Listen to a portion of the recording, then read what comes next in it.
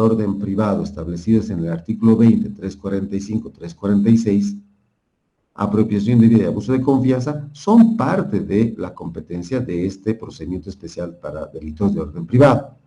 Pero el hurto ingresa no de manera directa, sino a través de la conversión de acción y de manera conjunta ya tendrá que fundamentar en esa acusación o querella sobre la concurrencia de este hecho, señalando día, hora, lugar, cómo configura este delito y por qué, además, y con qué prueba va a sustentar esta hipótesis fáctica, ¿no? Entonces, no podrían incluirse otros delitos que previamente necesitan una investigación. Por ejemplo, ocurre que existe conversión de acción de delitos de violencia familiar, pero añadido a la conversión de la acción, o de la conversión de la acción sobre este delito de violencia familiar, también agregan lesiones. En este caso, de acuerdo al ejemplo que hemos dado anteriormente, no podría admitirse. ¿Por qué? Porque estas lesiones deben necesariamente investigarse previamente si es que se pretende también su conversión de acción. Entonces, concurre el numeral 2 del artículo 376 porque requiere un antejuicio previamente para que ingrese a este procedimiento especial de orden privado. Ahora, cuando hablamos de delitos de estafa, ¿no? Y de pronto el rechazo ha significado de que en el caso no se trata de, o no se ha verificado la existencia de los elementos constitutivos del engaño, el ardid, ¿no? Para la disposición de esos dineros, y que por el contrario ese contrato que se pretende entender criminalizado tiene una garantía, tiene un plazo, tiene intereses conforme a un contrato civil, y bajo esa lógica se rechaza ante el Ministerio Público, ¿no? Y resulta que pide la conversión de acción y con esta resolución de conversión de acción se inicia dentro de un trámite especial privado una acusación o querella respecto al delito de estafa, porque está acompañando además la conversión de acción, pero en esencia de los relatos del hecho da cuenta de que existe un interés, existe una garantía, existe incluso un plazo de cumplimiento, ¿no? Y que al presente, ¿no? No se habría devuelto ese dinero.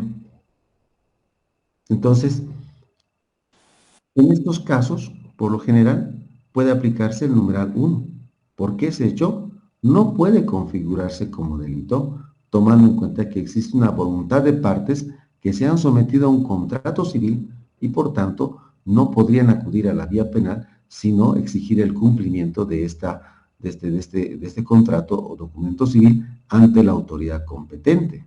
Entonces, puede surgir una desestimación en ese sentido de que lo que se pretende acusar no encuadra en la tipología del artículo 335 porque no existe el ardid, no existe el engaño, sino por el contrario existe un documento exigible que debe ser necesariamente activado en la vía civil pertinente, porque el derecho penal es de última ratio.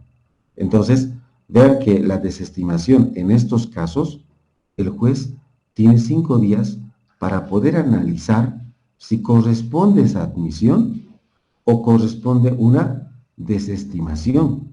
Y en estos casos, generalmente, se debe hacer un análisis exhaustivo para poder establecer que, ya sea con una conversión de acción que se haya autorizado por determinados delitos, esos delitos van a ser convertidos al procedimiento especial. Pero si en esa conversión de acción no se hizo mención a otros delitos que también eran parte de la investigación, por ejemplo, estafa, estelionato y falsedad, y resulta que la conversión de acción solo se dio por la estafa y el estelionato, pero no así por la falsedad, no podría activarse juntamente con estos dos delitos de estafa y estelionato la acusación particular y añadir la falsificación cuando no fue autorizado por la conversión de acción. En ese caso, ingresamos al numeral 2 del artículo 376, porque necesariamente debe ser investigado este hecho respecto a la falsificación que es un requisito de admisibilidad para que la competencia del juez de sentencia en este tipo de delitos especiales de orden privado, pueda aperturarse esa competencia. Entonces, esta desestimación va a ser necesariamente un parámetro de que debamos de tomar en cuenta para la presentación de una acusación o querella particular, o querella, cumpliendo los requisitos de admisibilidad del artículo 290-341, pero con estos matices, ¿no? Con estas circunstancias que se pueden presentar, ya sea que acuse delitos de orden estrictamente, o ya sea que acuse delitos con conversión de acción, pero que estén autorizados debidamente, y tenga el cuidado de no incorporar otros delitos que no han sido investigados en el caso de que quiera agregar algún delito que no está establecido en el artículo 20 del Código de Procedimiento Penal. Entonces, es importante tomar en cuenta, doctores, estos parámetros que de manera muy puntual las hemos precisado en esta oportunidad para la presentación de una querella o acusación particular. Algo más que vamos a agregar sobre esta primera parte es el hecho de que cuando se pretenda activar una acción privada por estos delitos que están contemplados en el artículo 20, necesariamente debemos velar los principios y los derechos que tiene la víctima, los derechos que tiene el procesado, el futuro procesado, porque vamos a verificar esto el día de mañana, considerando que estamos en la hora avanzada, analizar lo que es la objeción de querella, ¿no? Los derechos del imputado, de la víctima, y las temáticas transversales respecto a las excepciones e incidentes, la oportunidad para poder plantearlas, y también respecto a las medidas cautelares en esta primera parte, antes de ingresar a la conciliación. Vean, pareciera un trámite sencillo, el hecho de erradicar una causa, plantear la objeción y llegar a la conciliación. Porque después los efectos de la conciliación es de que si no existe una conciliación, lo lógico es de que se continúe el trámite, se aplica el 340 y nos vamos al juicio, ¿no? Pero en esta primera parte es donde debemos concentrarnos. Ahora, si en el cumplimiento de los requisitos de admisibilidad, que son, por decir, y es lo que recurrentemente se plantea o se presenta en la experiencia, es precisamente la relación circunstanciada del hecho. Pero para ese efecto necesariamente debemos de aplicar lo que es la teoría del caso.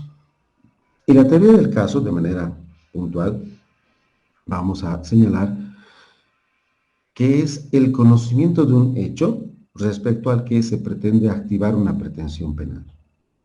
Si yo no identifico la fecha, la hora, el lugar, las personas que han participado, ¿no? ¿Cómo han encuadrado esa conducta al tipo penal que se pretende acusar? Pero también señale con qué documental, con qué testificar, si son presenciales, además, con mayor importancia, debamos de presentar una acusación particular acompañando un croquis de ubicación, presentando toda la prueba que se pretende. Si no identifico el hecho concreto y no aplicamos la teoría del caso, entonces no vamos a poder establecer, y concretamente en esta clase de delitos, necesariamente debemos de tener ese especial cuidado para concretar la estructura de una pretensión penal como es la acusación o querella, ¿no? El día de mañana vamos a tocar con bastante amplitud y con bastante, a partir de la experiencia, con bastante teoría respecto a la objeción de querella, los efectos, ¿no?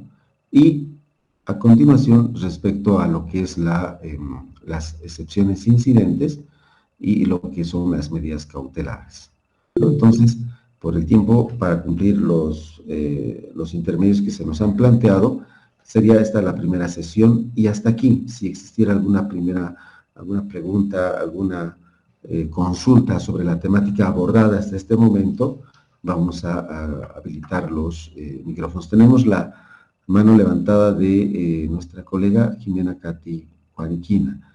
Habilita el micrófono, por favor. Muchas gracias, doctor. La consulta va a lo siguiente.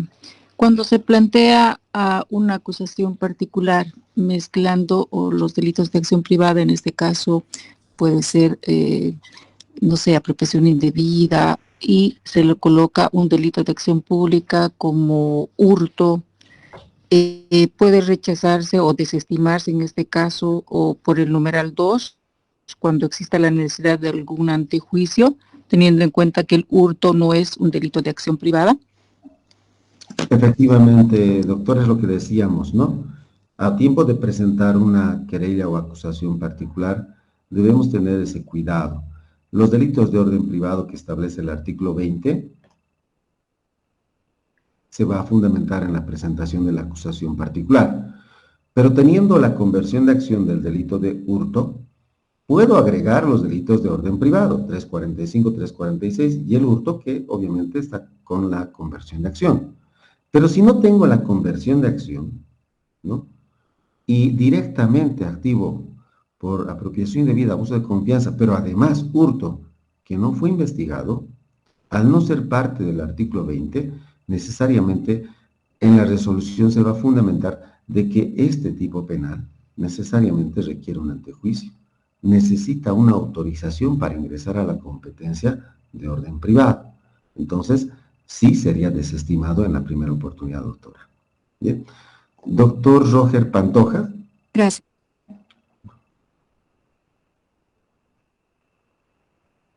¿Puede habilitar el micrófono, por favor, doctor Roger?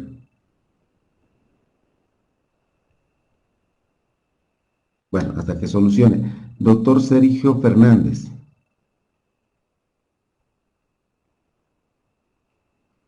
Doctor Sergio. Doctor, ahora sí, lo escuchamos. Adelante, por favor, doctor.